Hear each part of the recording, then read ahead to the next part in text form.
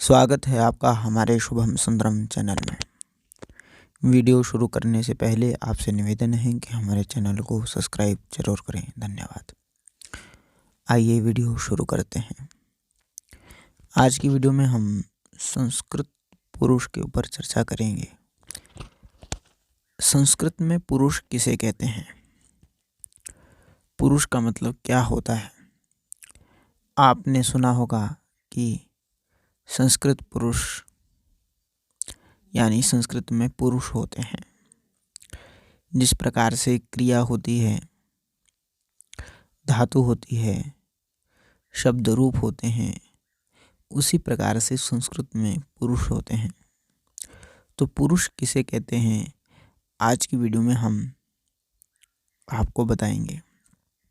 तो आपने ध्यान से इस वीडियो को देखना है, एंड तक वीडियो के साथ बने रहें। पुरुष का मतलब होता है कर्ता।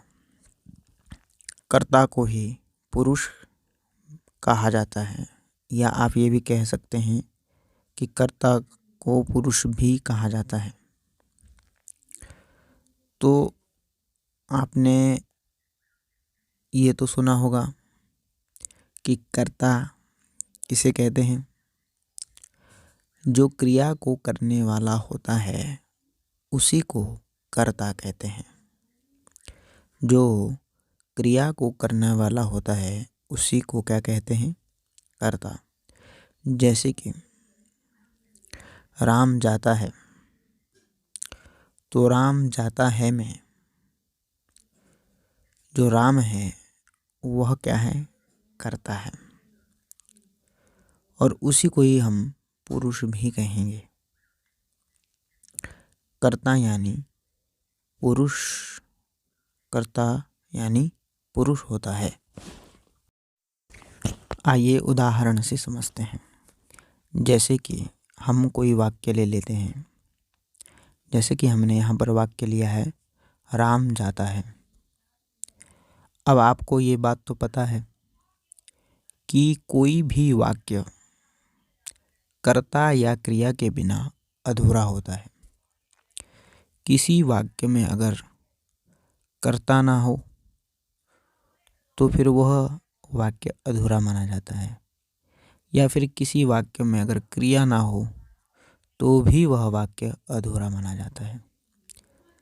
अर्थात अगर वाक्य में केवल कर्ता ही होगा तो भी वह वाक्य नहीं माना जाएगा। अगर वाक्य में केवल क्रिया ही होगी तो भी वह वाक्य नहीं माना जाएगा। तो कोई भी वाक्य अगर होगा तो उसमें क्रिया भी जरूर होगी और कर्ता भी जरूर होगा।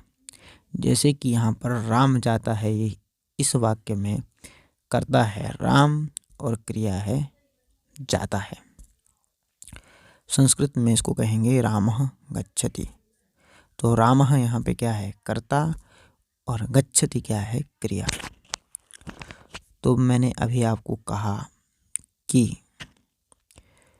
वाक्य में कर्ता और क्रिया दोनों होते हैं, ठीक है।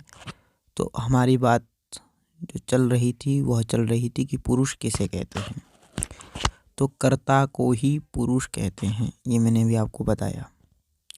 तो फिर कर्ता किसे कहते हैं, ये जब प्रश्न आता है तो इसका उत्तर है कि जो क्रिया को करने वाला होता है वही कर्ता होता है। जैसे कि राम जाता है, इसमें कर्ता कौन है, राम, और क्रिया क्या है, जाता है।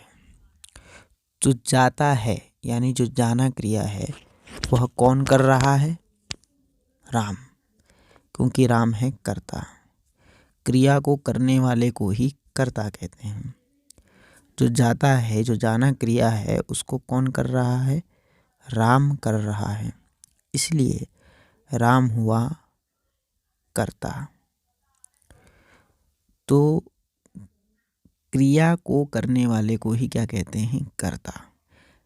जैसे कि रामः गच्छति, तो रामः गच्छति में जो गच्छति क्रिया कर रहा है वह है राम, तो उसी को हम कहेंगे कर्ता। और कर्ता को ही पुरुष भी कहा जाता है। अर्थात कर्ता हुआ यहाँ पर राम, यानी राम ही यहाँ पर पुरुष हुआ। अर्थात क्रिया को करने वाले को कर्ता कहते हैं और कर्ता यानी पुरुष, या वैसा कह सकते हो पुरुष यानी कर्ता। तो आपको समझ आ गया होगा कि कर्ता किसे कहते हैं, यानी पुरुष किसे कहते हैं। कर्ता को ही पुरुष कहते हैं और क्रिया को करने वाले को कर्ता कहते हैं। तो यहाँ पे हम अब पुरुष के भेद के बारे में जान लेंगे कि पुरुष के कितने भेद होते हैं। पुरुष यानी जो कर्ता है उसके कितने भेद होते हैं। जो कर्ता है वह भी एक प्रकार का नहीं होता, कर्ता भी कई प्रकार का होता है। तो यहाँ पर कर्ता को अलग अलग भेद में बांट दिया गया है। हमारे यहाँ कर्ताओं को अलग अलग भेद में बांट दिया गया है, यानी कर्ता यानी पुरुष। तो पुरुषों को अलग अलग भेद में बांट दिया गया है। तो पुरुष के कितने भेद होते हैं इसके बारे में आपको ज़रूर पता होना चाहिए। क्रिया को करने वाले को कर्ता कहते हैं, ये बात तो निश्चित हो गई, ठीक है। क्रिया को करने वाले को कर्ता कहते हैं, ये बात आपको निश्चित हो गई। लेकिन हमें ये भी जान लेना ज़रूरी है कि कर्ता के कितने भेद होते हैं, यानी पुरुष के कितने भेद होते हैं, पुरुष किसको कहा जाता है, ठीक है। तो ये बात आपको हमने बता दी कि क्रिया को करने वाले को कर्ता कहते हैं और पुरुष के भेद कितने होते हैं ये भी हमें जान लेना ज़रूरी है। संस्कृत में जो कर्ता हैं उन कर्ताओं को अलग अलग श्रेणी में अलग अलग भेद में बांट दिया गया, यानी पुरुष जो हैं जो कर्ता हैं वो उनके अलग अलग भेद कर दिए गए हैं। तो उनके कितने भेद होते हैं ये जान लेते हैं। तो जैसे कि आप यहाँ पर उदाहरण से समझ सकते हैं, आप सबसे पहले देखिए कि कर्ता कहाँ लिखा है। जहाँ मैंने कर्ता लिखा है उसके आगे जो है मैंने पुरुष लिखा हुआ है, ठीक है। फिर पुरुष का संकेत मैंने 3 जगह किया हुआ है, प्रथम, मध्यम और उत्तम। तो इसका अर्थ ये है कि जैसे कर्ता, सबसे पहले हम कर्ता पे आते हैं कि कर्ता किसे कहते हैं। ये तो आपको मैंने अभी बता दिया कि जो क्रिया को करता है या क्रिया को करने वाला है वही करता है। जैसे कि राम जाता है, इस वाक्य में जाना क्रिया है और जाना क्रिया को करने वाला राम है, इसलिए राम क्या हुआ, कर्ता। तो वह जो कर्ता होता है वह कर्ता ही पुरुष कहलाता है, उस कर्ता को ही पुरुष कहते हैं। लेकिन वह जो पुरुष है वह पुरुष भी 3 प्रकार का होता है। वह कर्ता जो पुरुष है वह पुरुष भी 3 प्रकार का होता है, उसको 3 भागों में बांटा गया है। अर्थात आप ये भी कह सकते हैं कि पुरुष के 3 भेद होते हैं। वह भेद कौन कौन से हैं, तो ये आपके सामने हैं। सबसे पहला है प्रथम, फिर दूसरा है मध्यम, फिर तीसरा है उत्तम। फिर से ध्यान से समझ लें, कर्ता यानी पुरुष, और पुरुष जो है वो 3 प्रकार का होता है। पहला प्रथम, दूसरा मध्यम, तीसरा उत्तम। आपको समझ आ गया होगा। यानी पुरुष के 3 भेद होते हैं, प्रथम, मध्यम और उत्तम, ठीक है। तो जो प्रथम पुरुष है वह अलग होता है और जो मध्यम पुरुष है वह अलग होता है और जो उत्तम पुरुष है वह अलग होता है। ये आपने ध्यान देना है। तो एक और बात मैं आपको बताना चाहूँगा, जिस प्रकार से प्रथम और मध्यम और उत्तम इस 3 भेद में पुरुष को बांटा गया है, उसी प्रकार से क्रिया को भी 3 भागों में बांटा गया है, प्रथम, मध्यम और उत्तम। जिस प्रकार से पुरुष के 3 भेद होते हैं उसी प्रकार से क्रिया के भी 3 भेद होते हैं। कौन कौन से, प्रथम, मध्यम और उत्तम। ये भी आपने ध्यान में रखना है। जिस प्रकार के पुरुष के 3 भेद होते हैं, प्रथम मध्यम उत्तम, उसी प्रकार से क्रिया के भी 3 भेद होते हैं, प्रथम मध्यम उत्तम। आइए उत्तम पुरुष की परिभाषा भी जान लेते हैं। उत्तम पुरुष की परिभाषा है, उत्तम पुरुष में केवल अस्मत् शब्द के 3 कर्ता अहम आवाम वयम का प्रयोग होता है। इसके अतिरिक्त कोई अन्य कर्ता प्रयुक्त नहीं होता है। आपको ये बात ध्यान में रखनी है। और अगर आपको प्रथम पुरुष को समझना है तो आपको सबसे पहले उत्तम पुरुष और मध्यम पुरुष इन दोनों पुरुषों को समझना होगा। अब जैसे कि उदाहरण से समझिए। 3 ही प्रकार के कर्ता होते हैं, वक्ता, श्रोता और अन्य। 3 प्रकार के कर्ता होते हैं, आपने ध्यान में रखना है। पहला वक्ता, दूसरा श्रोता और तीसरा अन्य। वक्ता कहते हैं बोलने वाला, जो बोलने वाला होता है उसे कहते हैं वक्ता। और श्रोता कहते हैं सुनने वाले को, जो सुनने वाला होता है। और वक्ता और श्रोता जब किसी अन्य की बात कर रहे हो, वक्ता जब श्रोता के साथ किसी अन्य के बारे में बात कर रहा हो तो उसी को कहते हैं अन्य। ठीक है, जैसे कि वक्ता यानी बोलने वाला, यानी मैं। तो जो वक्ता है यानी कि जो बोलने वाला है, जैसे कि मैं वीडियो बना रहा हूँ, मैं यहाँ बोलने वाला हूँ, तो मैं हो गया वक्ता। ठीक है, तो एक करता हुआ वक्ता जैसे कि मैं। ठीक है, और एक होता है श्रोता, जैसे कि आप मेरी वीडियो को सुन रहे हैं, मेरी बातों को सुन रहे हैं, तो आप हो गए श्रोता यानी सुनने वाले, यानी तुम। एक मैं हुआ, एक हुआ तुम।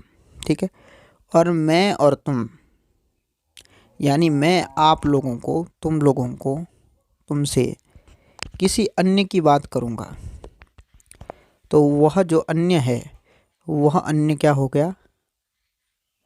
वह अन्य ही अन्य कर्ता हो गया, उसे कहेंगे हम वह। ठीक है, वक्ता जब भी बोलता है तो मैं, हम दोनों, हम सब, इन शब्दों का प्रयोग करता है। और जब श्रोता को सुनाने के लिए जब वक्ता कुछ बोलता है तो तुम दोनों, तुम सब, इन शब्दों का प्रयोग करता है। और वक्ता जो श्रोता को सुनाने के लिए या श्रोता से कोई बातचीत करता है, किसी के बारे में कुछ बताता है, तो वह जिसके बारे में, किसी अन्य व्यक्ति के बारे में उसके साथ बात कर रहा है, तो जिस अन्य व्यक्ति को वह पुकार रहा है या बोल रहा है, तो वह ही क्या हुआ? अन्य हो गया। तो वक्ता ही उत्तम पुरुष है और श्रोता हो गया मध्यम पुरुष। और वक्ता और श्रोता जिसके बारे में बात कर रहे हैं वो हो गया प्रथम पुरुष। बात समझ में आई? वक्ता यानी बोलने वाला जो मैं है, वह हो गया उत्तम पुरुष। और श्रोता यानी जो सुनने वाला, यानी जो तुम हो, वह हो गया मध्यम पुरुष। और वक्ता श्रोता के साथ जिस किसी अन्य पुरुष के बारे में बात कर रहा है, अन्य व्यक्ति के बारे में बात कर रहा है, अन्य कर्ता के बारे में बात कर रहा है, वही हो गया प्रथम पुरुष। जैसे कि मैंने आपसे कहा कि वह व्यक्ति बहुत खाता है। अब देखिए, वह व्यक्ति बहुत खाता है, तो ये बात कौन बोल रहा है? मैं, यानी वक्ता, बोलने वाला, यानी मैं यह बात बोल रहा हूँ, तो मैं हो गया, मैं हूँ उत्तम पुरुष, मैं हो गया उत्तम पुरुष। और मैं तुमसे बात कर रहा हूँ, यानी आपसे बात कर रहा हूँ, तो आप हो गए श्रोता, यानी सुनने वाले। तो सुनने वाला जो तुम है, वो हो गया मध्यम पुरुष। और मैं जो वक्ता हूँ, तुम श्रोता से, आप श्रोता से जो किसी अन्य पुरुष के बारे में बात कर रहा हूँ कि वह व्यक्ति बहुत खाता है, वह जो है वही हो गया प्रथम पुरुष।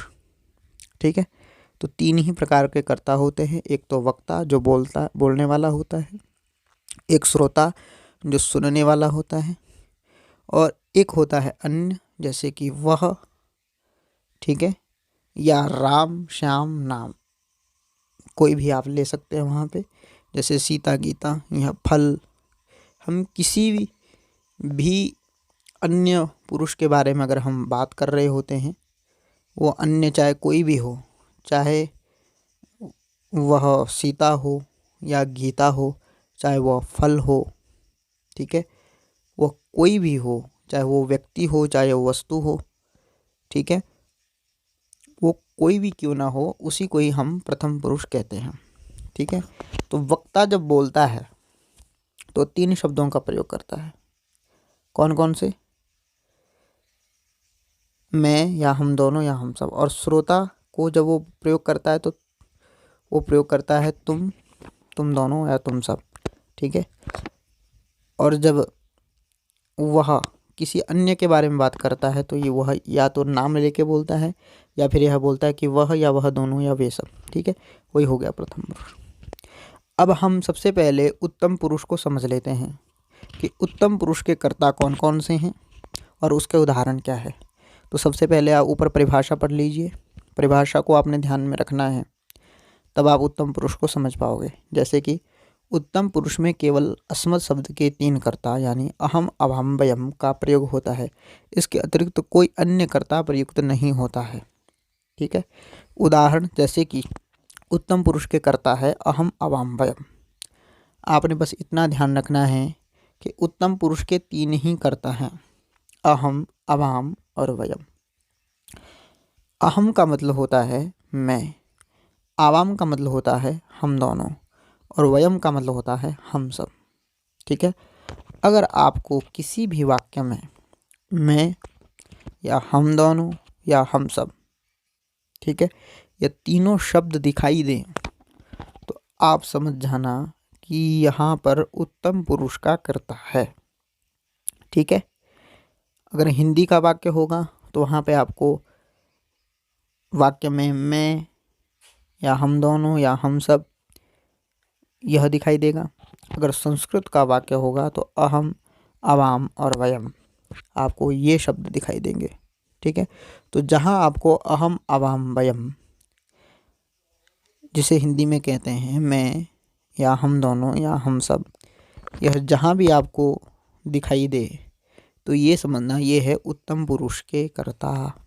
ठीक है, तो साथ साथ में ये भी ध्यान रखना है जहाँ पर उत्तम पुरुष का कर्ता होगा वहाँ पर उत्तम पुरुष की ही क्रिया का प्रयोग होगा।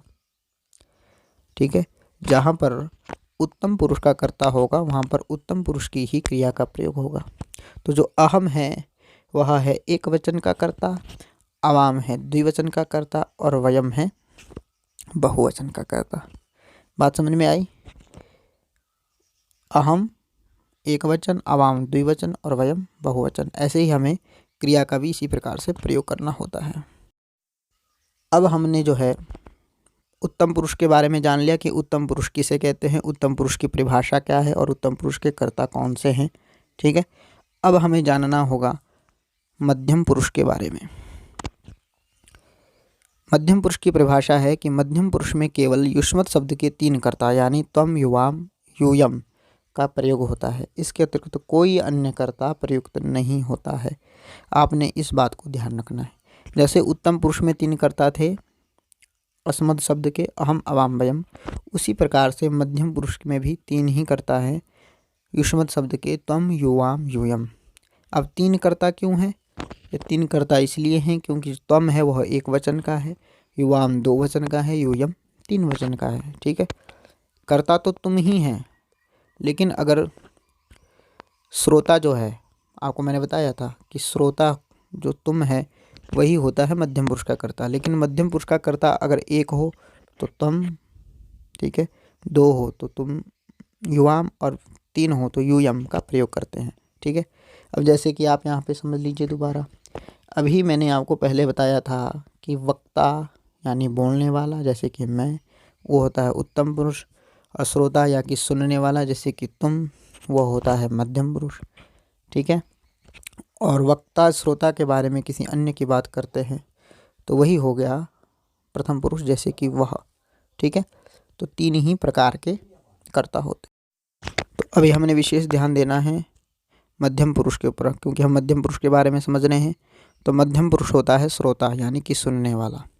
जब हम किसी व्यक्ति से बातचीत कर रहे होते हैं या किसी व्यक्ति को कुछ कह रहे होते हैं तो हम इन्हीं शब्दों का प्रयोग करते हैं। तुम दोनों, तुम सब, या तू, तुम दोनों, या तुम सब। ठीक है, तो वही होते हैं मध्यम पुरुष। जब बोलने वाला व्यक्ति किसी से कुछ कह रहा हो, ठीक है, तो वही होता है मध्यम पुरुष। तो जहाँ पर भी आपको तुम शब्द का प्रयोग दिखाई दे तो समझना वह है मध्यम पुरुष। जहाँ पर भी तुम होगा वहाँ मध्यम पुरुष, और जहाँ पर मैं होगा वहाँ होगा उत्तम पुरुष। ये बात आपको हमेशा ध्यान रखनी है। अब जैसे कि हम उदाहरण से समझते हैं। सबसे पहले आपने उदाहरण से समझने के लिए मध्यम पुरुष की परिभाषा को याद में रखना है, दिमाग में रखना है कि मध्यम पुरुष की परिभाषा क्या है। मध्यम पुरुष में केवल युष्मत शब्द के 3 कर्ता यानी त्वम, युवाम, यूयम का प्रयोग होता है। इसके अतिरिक्त कोई अन्य कर्ता प्रयुक्त नहीं होता है। ठीक है, उदाहरण, मध्यम पुरुष के कर्ता हैं त्वम, युवाम और यूयम। त्वम का मतलब होता है तुम, युवाम का मतलब होता है तुम दोनों, यूयम का मतलब होता है तुम सब। ठीक है, तो जैसा कि मैंने आपको बताया था, एक होता है वक्ता, एक होता है श्रोता।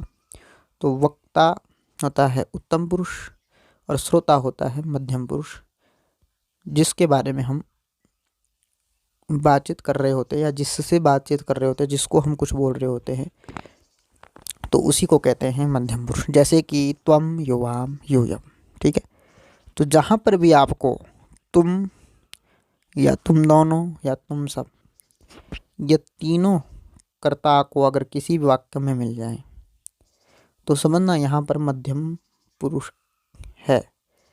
या संस्कृत के वाक्य में आपको कहीं भी तम शब्द दिखाई दे या युवाम शब्द दिखाई दे या यूयम शब्द दिखाई दे, तो आपको ध्यान रखना है कि यह कर्ता मध्यम पुरुष का है। ठीक है, और मध्यम पुरुष का अगर कर्ता होगा तो मध्यम पुरुष की ही क्रिया का प्रयोग होगा, ये भी आपने ध्यान रखना है। ठीक है, अलग अलग पुरुषों के लिए अलग अलग पुरुष की क्रिया है। प्रथम पुरुष की अपनी क्रिया है, मध्यम पुरुष की अपनी क्रिया है और उत्तम पुरुष की अपनी क्रिया है। ठीक है, ये मैंने आपको पहले की वीडियो में भी बताया है।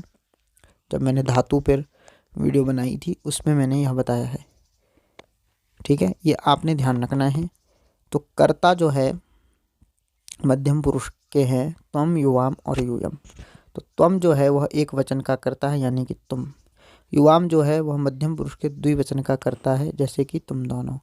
यूयम जो है वह मध्यम पुरुष के बहुवचन का कर्ता है जैसे कि तुम सब। ठीक है, तो 3 ही कर्ता है मध्यम पुरुष के, त्वम, युवाम, यूयम, और इसके अलावा दुनिया में कोई कर्ता नहीं है, तुम या तुम दोनों या तुम सब के अलावा। ठीक है, तो आपको आई होप समझ आ गया होगा। अब हम समझेंगे प्रथम पुरुष के बारे में कि प्रथम पुरुष क्या होता है। प्रथम पुरुष को अन्य पुरुष भी कहा जाता है। प्रथम पुरुष में युष्मत शब्द के कर्ताओं तथा अस्मत् शब्द के कर्ताओं को छोड़कर अन्य जितने भी कर्ता होते हैं वे सब प्रथम पुरुष के अंतर्गत आते हैं, जैसे कि सह, रामः, बालकः, मोहनः, सीता, बालिका आदि। तो मैंने आपको कहा था कि अगर आप उत्तम पुरुष और मध्यम पुरुष के बारे में जान लेंगे तो आपको प्रथम पुरुष एकदम समझ में आ जाएगा। तो देखिए, परिभाषा को ध्यान से सुनिए। यहाँ लिखा है कि प्रथम पुरुष को अन्य पुरुष भी कहा जाता है। प्रथम पुरुष में युष्मत शब्द के कर्ताओं तथा अस्मत् शब्द के कर्ताओं को छोड़कर अन्य जितने भी कर्ता हैं वे सब प्रथम पुरुष के अंतर्गत आते हैं। तो मैंने आपको अस्मत् शब्द के कर्ता भी बताए जैसे कि अहम, अवाम, वयम, और युष्मत शब्द के कर्ता भी बताए जैसे कि त्वम, युवाम, यूयम। तो इन 6 कर्ताओं को छोड़कर दुनिया में जितने भी कर्ता है वह सब प्रथम पुरुष में आते हैं, जैसे कि सह, रामः, बालकः इत्यादि। उदाहरण से समझिए। जैसा कि मैंने आपको अभी बताया, एक होता है वक्ता, एक होता है श्रोता। वक्ता यानी बोलने वाला जैसे कि मैं, श्रोता यानी सुनने वाला जैसे कि तुम। और वक्ता किसी श्रोता से यानी मैं तुमसे अगर किसी अन्य व्यक्ति की बात करूँगा जैसे कि वह या राम, सीता, गीता, बालक आदि, वह हुआ अन्य। ठीक है, तो वक्ता जो बोलने वाला जैसे कि मैं वो होता है उत्तम पुरुष, और श्रोता जैसे कि सुनने वाले तुम, वह तो तुम हुए मध्यम पुरुष। और वक्ता श्रोता से यानी मैं तुमसे किसी अन्य की बात करूँगा तो वही अन्य हो गया प्रथम पुरुष। तो सिंपल आप ये भी समझ सकते हैं कि मैंने आपको जैसे बताया कि उत्तम पुरुष के कर्ता कौन कौन से होते हैं। अहम, अवाम, वयम, यानी मैं, हम दोनों या हम सब, ये हुए उत्तम पुरुष के कर्ता। मध्यम पुरुष के कर्ता हुए यानी त्वम, युवाम, यूयम, मतलब तुम दोनों, तुम सब। तो अहम, अवाम, वयम यानी मैं, हम दोनों, हम सब, और त्वम, युवाम, यूयम यानी तुम दोनों, तुम सब। इन 6 कर्ताओं को छोड़कर जितने भी दुनिया में कर्ता है वो सब कर्ता आते हैं प्रथम पुरुष में। उदाहरण से समझिए। आपको ये बात ध्यान रखनी है कि प्रथम पुरुष को ही अन्य पुरुष कहा जाता है। प्रथम पुरुष में युष्मत शब्द के कर्ताओं तथा अस्मत् शब्द के कर्ताओं को छोड़कर अन्य जितने भी कर्ता होते हैं वे सब प्रथम पुरुष के अंतर्गत आते हैं। जैसे कि सह रामः बालकः मोहनः सीता बालिका आदि। ठीक है, तो उदाहरण से समझिए। प्रथम पुरुष के कर्ता है सह, तौ, ते। ठीक है, सह, तौ, ते। सह का मतलब होता है वह, तौ का मतलब होता है वह दोनों, ते का मतलब होता है वह सब। ठीक है, और एक बात आपने और ध्यान रखनी है कि केवल सह, तौ, ते ही यहाँ पर प्रथम पुरुष के कर्ता नहीं है। प्रथम पुरुष के कर्ता बहुत सारे हो सकते हैं। युष्मद और अस्मद यानी अहम, अवाम, वयम, और त्वम, युवाम, यूयम यानी मैं, हम दोनों, हम सब, या तुम दोनों, तुम सब। इन 6 को छोड़कर जितने भी कर्ता हैं, जैसे कि वह या वह दोनों या वह सब। ठीक है, या वह दोनों कोई स्त्री होगी या पुरुष हो, चाहे नपुंसक लिंग हो, या पुल्लिंग हो चाहे स्त्रीलिंग हो, चाहे नपुंसक लिंग हो, कोई भी जो है प्रथम पुरुष का कर्ता हो सकता है। जैसे पुल्लिंग में रामः, जो राम है वह पुल्लिंग का है, तो यह भी प्रथम पुरुष का कर्ता हो सकता है। सीता जैसे कि यह स्त्रीलिंग की है, तो यह भी प्रथम पुरुष का कर्ता हो सकता है। और नपुंसक लिंग का जैसे कि फलम, तो यह भी प्रथम पुरुष का कर्ता हो सकता है। ठीक है, तो जहाँ पर त्वम, युवाम, यूयम यानी तुम सब, तुम दोनों, और मैं, हम दोनों यानी अहम, अवाम, वयम, यह 6 शब्द ना हो, 6 कर्ता ना हो, और इन 6 के अलावा अगर कोई भी हो, या सह हो, चाहे तौ हो, चाहे ते हो, चाहे रामः हो, चाहे सीता हो, चाहे फलम हो। ठीक है, यानी हिंदी में समझो कि वह हो, चाहे वह दोनों हो, चाहे वह सब हो, चाहे यह हो, चाहे कौन हो, कोई भी हो, तो वह होता है प्रथम पुरुष का कर्ता, और उसके साथ प्रथम पुरुष की क्रिया का ही प्रयोग होता है। तो आई होप आपको समझ आ गया होगा कि पुरुष कितने होते हैं और पुरुषों की परिभाषा क्या होती है। तो आपको इस वीडियो में मैंने बताया कि 3 पुरुष होते हैं, प्रथम पुरुष, मध्यम पुरुष और उत्तम पुरुष। ठीक है, तो मैंने ये भी बता दिया कि प्रथम पुरुष किसे कहते हैं, मध्यम पुरुष किसे कहते हैं और उत्तम पुरुष किसे कहते हैं। ठीक है, और आपने ये भी ध्यान रखना है कि आप कभी भी प्रथम पुरुष या मध्यम पुरुष या उत्तम पुरुष किसी भी पुरुष का प्रयोग करोगे तो आपको हमेशा उसी पुरुष के क्रिया रूप का प्रयोग करना है। ठीक है, तो ये मैं आपको एक और वीडियो बना दूंगा, और मैंने वैसे पहले की वीडियो में बताया भी है कि प्रथम पुरुष या मध्यम पुरुष या उत्तम पुरुष किसी भी पुरुष के क्रिया रूप अगर आपको बनाने हैं किसी भी लकार के, तो किस प्रकार से बनाए जाते हैं। तो आप ध्यानपूर्वक इसको समझिए। फिर भी अगर आपको समझ नहीं आया तो आप कमेंट के माध्यम से मुझसे पूछ सकते हैं। बाकी वीडियो देखने के लिए धन्यवाद। नमस्कार, नमो नमः, वंदे मातरम।